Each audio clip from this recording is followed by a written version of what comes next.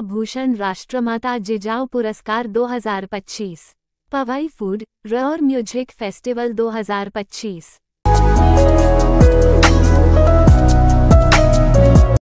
प्रल्हादजी शिंदे यांच्या पत्नी आमच्या आई यांना महाराष्ट्र गौरव पुरस्कार 2025 चे ते मानकरी ठरलेले आहेत।